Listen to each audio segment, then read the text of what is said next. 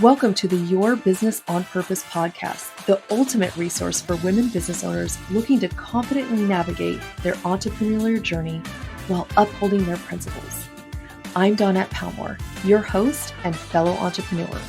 Join me as we immerse ourselves in illuminating conversations with accomplished experts spanning various fields across the business spectrum. Together, we'll unearth strategic insights into seizing opportunities and ensuring that your business is equipped with the essential elements aligned with your purpose and values.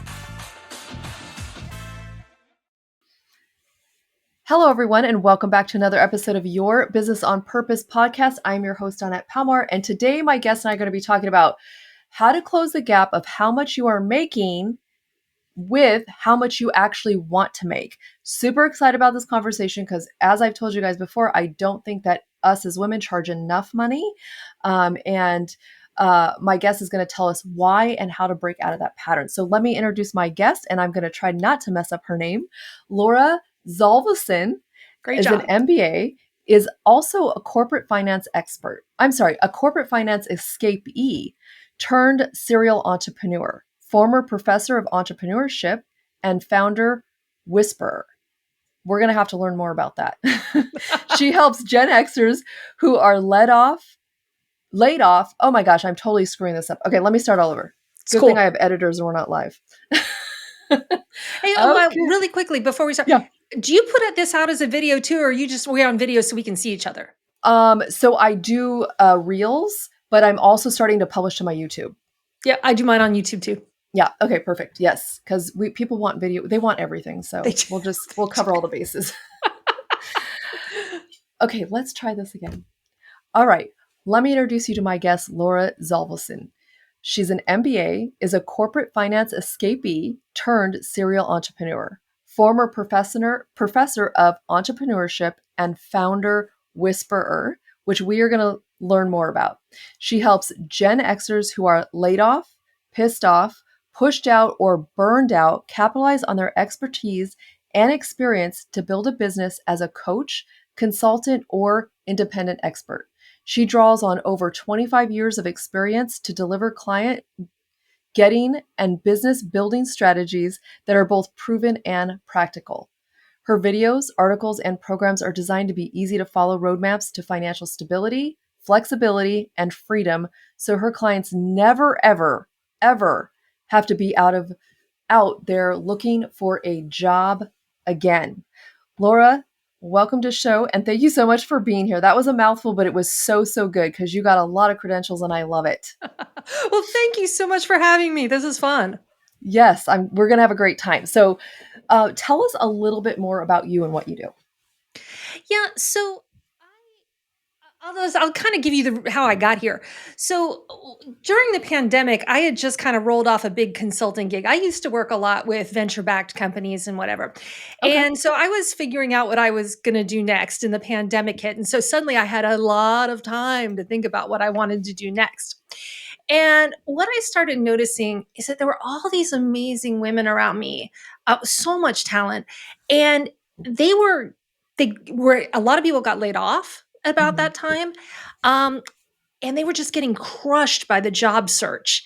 And some of them started doing coaching or consulting as a stopgap. Some of them were thinking about, do I really want to make this my whole thing? And I just saw this and I said, I have these business skills. I've taught entrepreneurship and I wonder if I can help and if they even want help. And so I started talking to them. And what I realized was that the skills that make you a great coach or a great consultant are not the same skills that help you build a great business. And so I created the Business Breakthrough Program to share what I learned from my experience building companies and teaching and working with a lot of different kinds of entrepreneurs in a lot of different kinds of industries and different business models. But I really like coaching and consulting as a business model for mid-career women because they can use what they already know. They don't have to go back and get more education. They don't have to go back and get more credentials, even though a lot of them feel like they do. Yeah. Right. I think as women, we're always like, oh, well, I'm not enough. I need more things after my name or whatever. Almost 100% of the time you don't. You can go out and start coaching and consulting by building on what you already know and your experience and your expertise. So that's how I came to do what I do now. That's awesome. I love it. And yes, all of that's true, ladies. Yes, take what you already know and make money doing it. That's great because what's experience if we don't share it with other people? Absolutely. And I think the other thing is, and I think one of the things that's so appealing about coaching and consulting, right, is that it lets you like there's a lot of meaning involved. It lets you have Mhm. impact. Like it lets you choose projects that you work on and people that you work with where you can really make a difference and you can often see that difference very quickly. And I personally just find that so rewarding. I think it's a gift. Yeah, it is a gift, and it's such an honor to be able to use what we've experienced and speak into somebody's life and watch it change their life into Yeah. their yeah, it's amazing. I love coaching as well. And yes, I've taken my tragedies and experiences, and that's why I'm a money coach.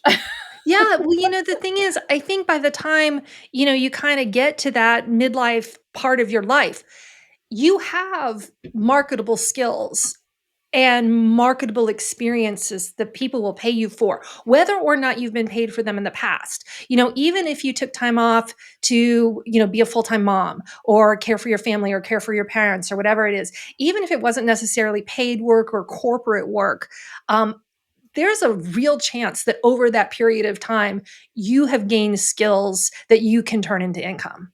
Yes, I love that. I love that. Okay, tell me what a founder whisperer is. Well, I actually didn't call myself that. I had a client call me that. And then I was like, wow, I kind of like that.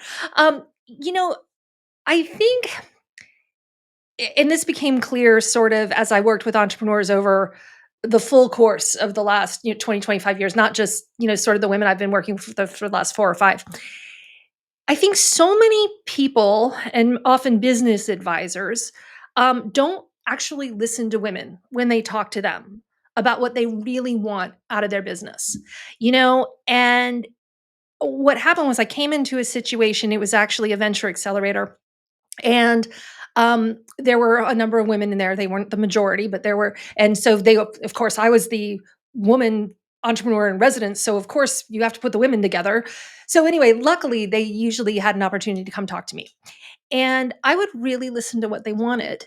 Because they weren't always about, oh, I want to have $1 million exit or $1 billion exit. I want to be a unicorn. No, what was far more important to them was yes, they needed to hit that enough number, right? But they wanted meaning and so many of them were looking for flexibility.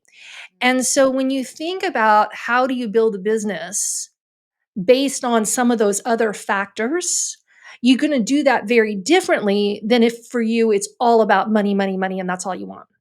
And I do find that women generally want more. They Yeah. want the money, and yes, that's important. Yes, if you're not making money, then it's a hobby, right? Like we're here to build businesses. Yeah. But I think that meaning and that flexibility are so important for women. And when they finally had somebody listen to them and say, "Yes, you can build that business, but we just need to do it a little bit differently." I think that's how I got that got that title. Okay, well, that's interesting. I love that though. And that's really what, when you hear about all these whispers, it's about that they're listening and they're tuning in and they Yeah. pick up on, you know, I guess they read between the lines and pick up on Well, keywords. and I think sometimes it's hard to articulate what you really want, especially if you're building a business and you haven't done it before. Mm, You kind of have to sometimes take a step back and think about what are your values and then how can I build this business that aligns with that. yes. I think that's also a mistake, right? We don't even think about our values. We just jump into the money making mode and then we're like, where's the disconnect here? Well, there's not a lot of advice out there that shares the importance of that. There are a lot of big voices out here in the business help industry that don't necessarily invite that kind of thinking and conversation into what they're talking about. Right? It's always how do you get to this many, thousands of dollars a month, and how did I get to this milestone? How do you get to that milestone? And it's Yeah. all about, sort of I don't know, just kind of hitting these money goals, and even money goals that may be bigger than you even want or need, right? A lot of women that I know are in the fortunate position that they really just they want to make some more money so they can ensure more comfortable retirement, or they want to make some more money during a part of their life so they can send their kids to private college, or they want to make, there's a lot of reasons why your enough number may not need to be a million zillion dollars. I love this. Oh my gosh, I love it. Yes, yes, yes, yes to all of it. I love it. Okay, so then that's going to bring us to the question of we're going to be talking about money. Yes, we are, because it has to do with all of it. We have to make money. There's just no way around it. But you have a concept you call inside out pricing that you say takes the emotional baggage out of how much to charge and helps uncover a clear path from where the person is now to where they want to be. And so, first of all, before you answer that, why do you think women have a tough time charging what they want or what they're worth? I think that is a great question, and I think that there's no one easy answer. I wish there were. I could. There's a book right there. That is a multifaceted question, and it's interesting that you ask because I recently started looking into it more. Like I really started to ask the question from almost an academic perspective: Why do women sort of chronically undercharge? And I know you see that in your business. I see that in my business all the time. Some of it starts with the earliest money messages that we get, right? That a lot of the way you approach money in your life, and then by association in your business, it just translates to your business. You don't really have a lot of control over that. Comes from your earliest money messages. So who controlled the money in your family? Who was responsible for the money in your family? How did your family have plenty of money? Was there struggle for money?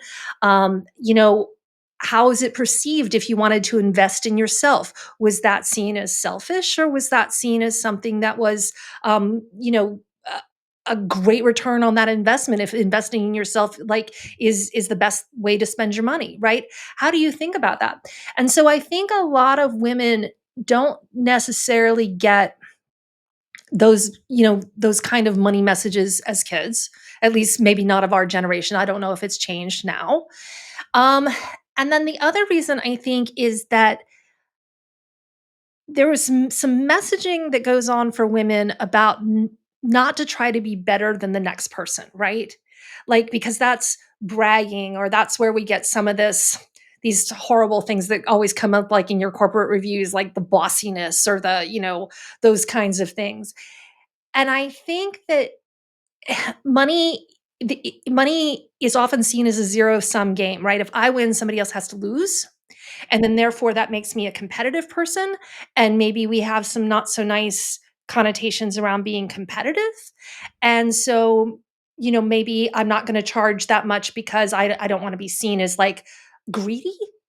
And so I think there's a lot of that. Okay, so that's one side piece of it. And then I think the other piece is just women don't value their talents and their skills. Again, I think it has to do with ego, and that we're taught to sort of always sort of tamp that down and never come into a room and say, I'm effing awesome. Right? Yeah, Like, you can say the whole word. oh, you mean I'm not on CBS? Yeah, so I think I think men, it's often like cool for them to come into a room with a lot of swagger, right? And women, we're not taught that that's okay, and a lot of times we get negative pushback if we do it.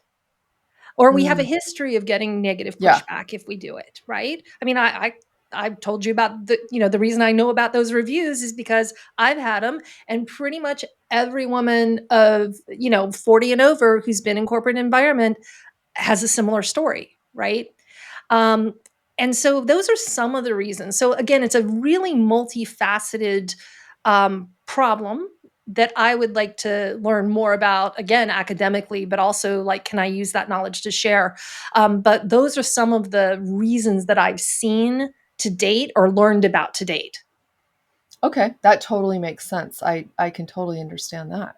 I feel right? like that was a long walk around. No, But no, but it goes so deep, everything does, right? It just, what we do today is a result of what we've learned and what we've been exposed to yesterday, the day before. So makes total sense.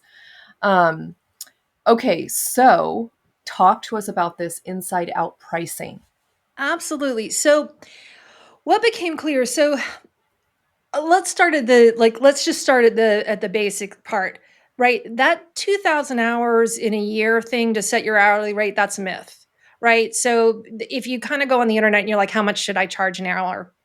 Um, they're going to say, well, there's 2000 hours in a year if you work 40 hours a week and take 2 weeks off. And first of all, why did I become an entrepreneur if I'm only going to take 2 weeks off? All right. I want more vacation than that.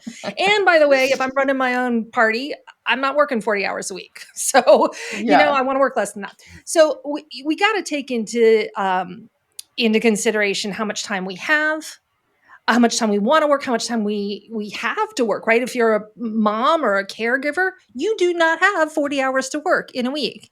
And then I think the other reality of this is that not all of your hours are billable. So we don't always give people the right tools to even figure out what they need to be charging just because of the way we teach people to calculate that. yeah, All right, so that's the first kind of messiness in there is how do you even start to figure out those hourly rates, right? Then the second thing is, and I've been here.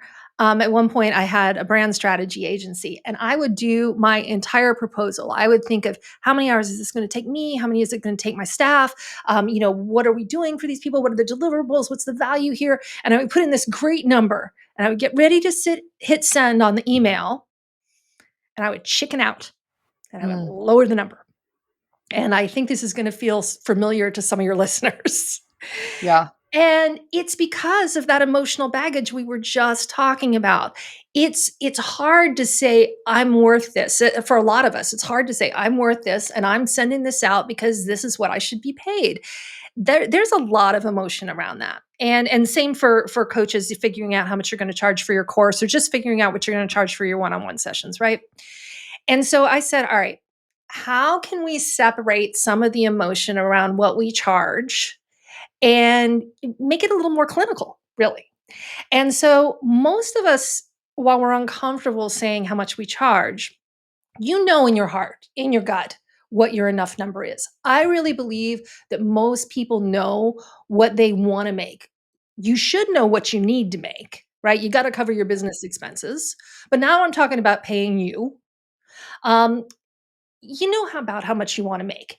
And it might not be every single dime you're worth, but I will tell you if you can get your enough number, your life is going to look a lot more like you want it to. And maybe you don't have to work and hustle a zillion hours a week if you figure out what that comfortable enough number is, right? And so we need to not, I mean, yes, I don't think you should leave money on the table. And I think kind of women are historically and chronically do that. But I do think we don't have to squeeze every dime out of every transaction either. So that's why I think just really ask yourself, what would my enough number be? What are the kinds of things that I want to pay for that maybe I can't pay for now, beyond what I need to pay for, right? What would feel really good to you, really good? And I would start there and say, okay, if that's the number I want to make per year, that's my enough number, then how do I get there? And that's a function of two things. Like the revenue equation is not hard math. We have the number of clients that we have, and we multiply that times how much we charge for what our product or service, right? Or our program or service if we're coaches, right? And so it's just multiplication. And so you can say, all right, if I have room, I just had a client yesterday that I was talking to, and she said she wanted to make $200,000 a year. And I said, well, how many clients do you think that you can take on over the course of that time? And she was like, oh, I think I could take 10. And so I'm like, all right, well, then it's $20,000 a client. Right? right. Like, and she's a corporate consultant. I mean, that's a Oh, she should real, be charging more. yeah, but I mean those are real number. Those are like numbers that make sense for her. But what I'm saying is like if you think about how much you charge And let's just use the number that, the gurus all use. It's $10,000 a month. So it's $120,000 a year. Okay. If you want to make that and you charge $3,000 for your course or your program or whatever it is, you need to sell about 3 of those a month to get there. One Yeah. month, you probably need to sell 4. So that's the kind of the easy math here. So if you're wondering, how much should I charge for my course? You need to be asking yourself, how much would it feel really good to me to make this year? How many of these do I realistically think I can sell? And back into your number. And there's no emotion around it, right? That's Yeah. just the number. That's what you need to charge for your thing to get to your enough number. Now, if you're just starting out, we may want to give ourselves a little bit of time to get there, right? Yeah. This may not all happen overnight. But I wod think that with it, again, depending on where the your ceiling is, most people can at least create a plan to get there right now and then figure out what would the stair steps be to be there in, say, 18 months to 3 years. Does that make sense? Yeah. Perfect sense. Yeah. I mean, it's like, okay, so it's the same thing that we're supposed to do with everything, right? We set a goal. This end of I'm at the end of my life. I look back and say that I was freaking awesome. What does that look like? Same thing. This is my goal. How do I get there? Exactly. And this is going to make so much decision making in your business easier, right? Because you say, okay, I'm trying to get to this number. And so, what are the things in my business that I need to focus on that get me there? If I don't have a product that I can sell you know, that gets me there, then let's create a product that does that. If I need to get in front of more people, then let's figure out how we do that. If I'm selling something for $47 and I realize, wow, I've got to sell a lot of those to get to my enough number, well, maybe we create something that we can sell for more. And I've always said that the fastest way to increase your revenue in your business is just simply to raise your prices.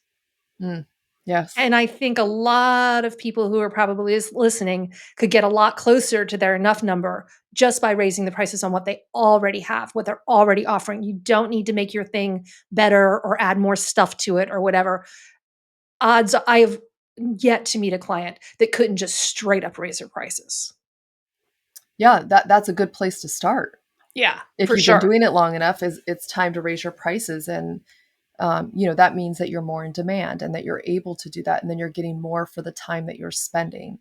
Yeah, 100%. Yeah, I love it. I love it. Oh my gosh, we could go on and on for this conversation. So, what are maybe one or two things they can do to start making the money that they want to make? Well, Mm, one, I would say, what's one thing they can do to get over that fear, that whatever the blockage, I guess I should say, and yeah. then a step in the next direction? I would say the first thing is you're going to have to look at your numbers.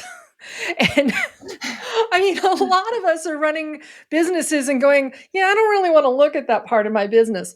And I think if you do, a lot of times you're in better shape than you think that you are. I mean, that happens with my clients a lot, is that we go and we look at it and they're like, oh, well, that's not so bad after all.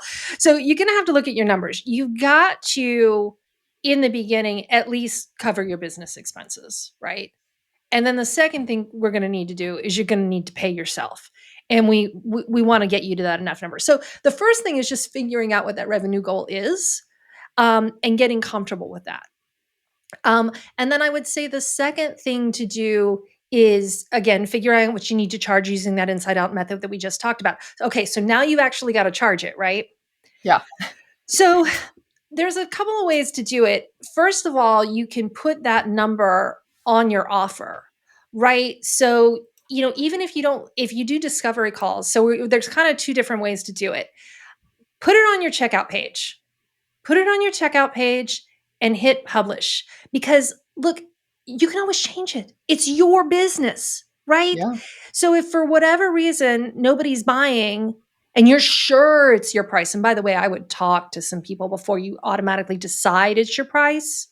I had somebody recently who didn't want to do my program because she's like, I just don't want to do a 12-week program. Like that was just too long for her. I'm like, all right, so it wasn't my price. It was that Yeah. she just didn't want to be tied into the structure of the program. So make sure you push back on that assumption that the reason people aren't buying is your price. That's not automatically why they may not be buying. It could be your message. We don't know. Um, put it out there on your website, so you're not necessarily the one who has to say, this is how much I charge. That's one way we can do it. Another way is if you do discovery calls, you can put it in a document that you share. And so it doesn't have to come out of your mouth.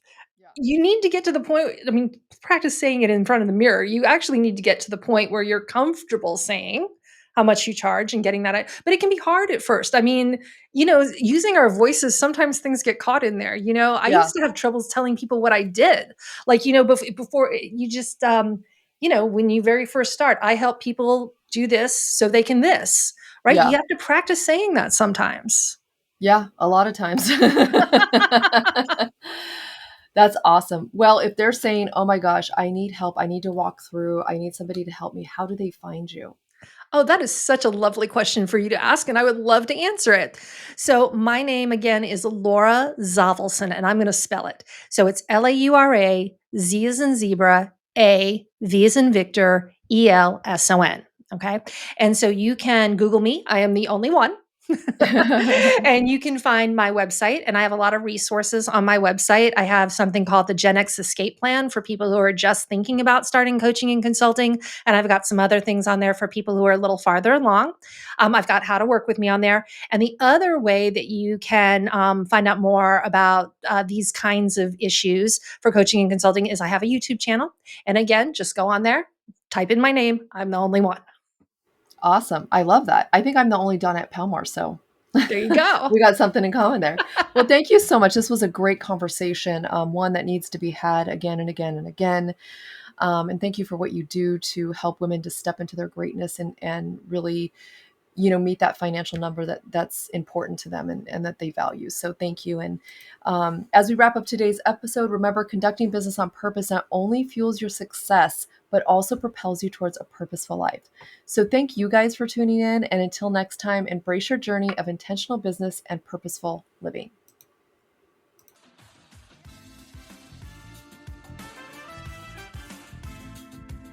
This podcast is dedicated to you and all the incredible women out there breaking chains, pushing through, and striving to make it all work.